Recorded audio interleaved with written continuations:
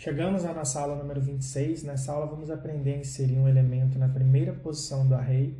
Primeiro a gente vai utilizar uma abordagem manual com um laço e depois a gente vai explorar o método nativo onShift, que é o tema da aula de hoje, que é uma classe de array.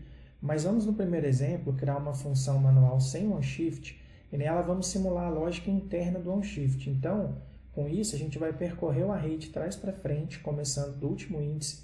Vamos mover cada elemento uma posição à direita e, por fim, a gente vai inserir um novo valor na posição inicial do array.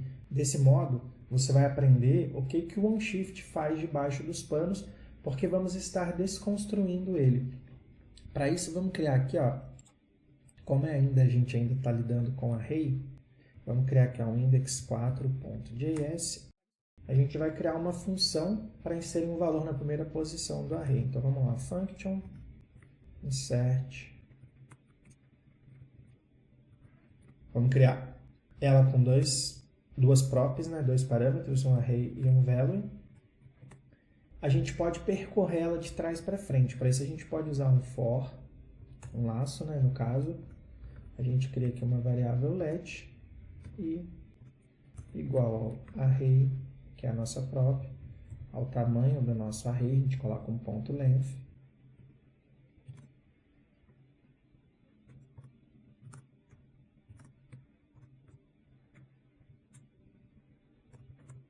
E aí, com o nosso laço montado, a gente precisa deslocar cada elemento uma posição à direita. Para isso a gente pode fazer o seguinte, a gente pega aqui array, a gente passa aqui o índice, é igual a array, pegando o índice menos uma posição.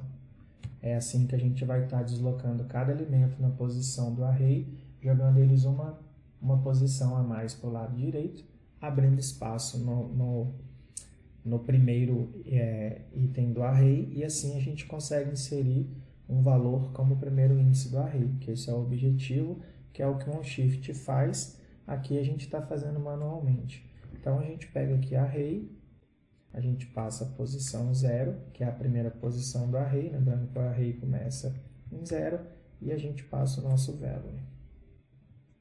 Depois é só a gente dar um retorno do array.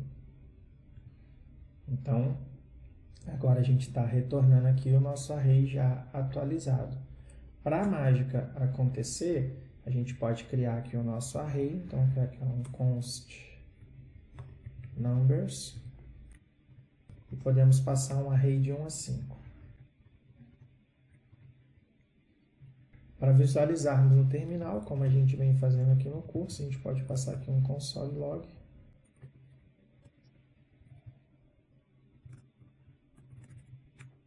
E com esse console log a gente vai exibir o nosso array original. Agora a gente pega a nossa função para estar inserindo, a gente invoca essa função, o primeiro índice dela é o array, então o nosso array é o numbers. Então a gente passa primeiro ele e agora a gente insere um menos 1. Poderia ser o 0, para ficar na ordem, para depois vir o menos 1. Mas vamos deixar menos 1, vamos ignorar o 0 nesse caso. E agora a gente faz um outro console log para ser o array após a inserção manual. Então agora, se a gente rodar se a gente rodar aqui, a gente vai ter um primeiro console log com o array original e o segundo já incluindo o menos 1 antes do 1 ali. Se a gente salvar o arquivo e rodar aqui, a gente tem aqui o primeiro console log com o array original. A gente moveu todos os índices uma casa para frente, vamos pensar assim, e inserimos na casa 0, no nosso item 0, nossa posição 0, o menos 1. Tá? Eu vou colocar 0 porque vamos imaginar que tem um 0 antes do menos 1 vir. Tá? Então agora, se a gente chamasse ela de novo e passasse um menos 1, nós teríamos, deixa eu aumentar o terminal, a primeira vez chamado inserindo 0 e a segunda menos 1.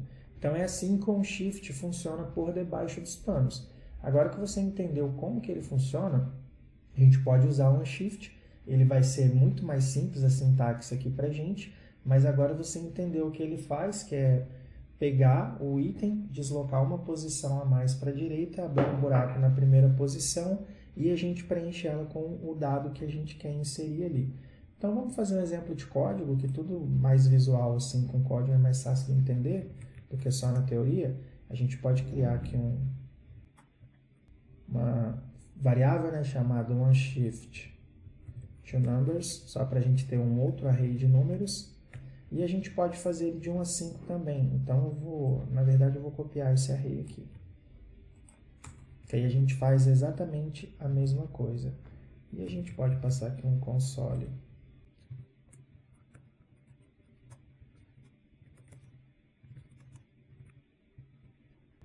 Faltou aqui um F, ó. Tá, tinha escrito errado. Então, arrumei ali OneShift2Numbers.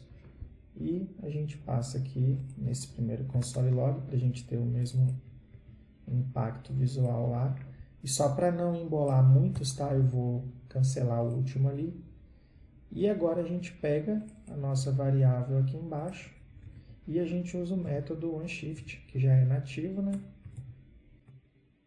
E a gente passa para ele aqui o índice 0, para a gente ter a mesma resposta ali. Agora a gente passa aqui o console log.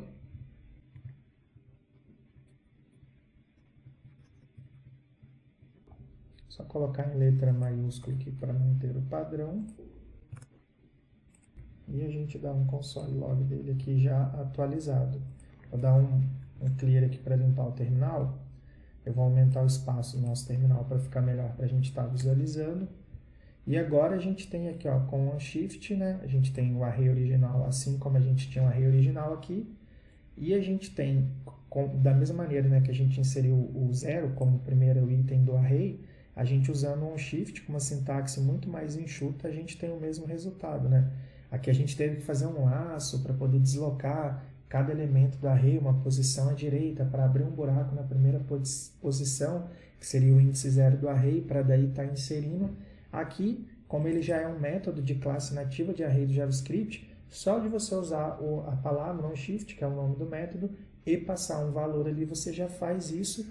Só que esta palavra representa isso daqui por debaixo dos panos.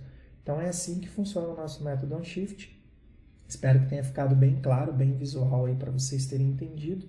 A gente vai dando seguimento aí no nosso curso. A Array tem bastante coisa legal para a gente estar aprendendo. Essa daí é uma delas. Se você gostou da explicação dos métodos de Array, mostrando como eles são por debaixo dos panos, deixa nos comentários se vocês querem esse modelo de aula ou se eu posso seguir com o padrão anterior que a gente vinha, usando exemplo mais lúdico do cotidiano aí de coisa de cultura pop, que vai evoluindo aí a nossa técnica juntos. Nos vemos no próximo vídeo da série do nosso curso aqui de JavaScript.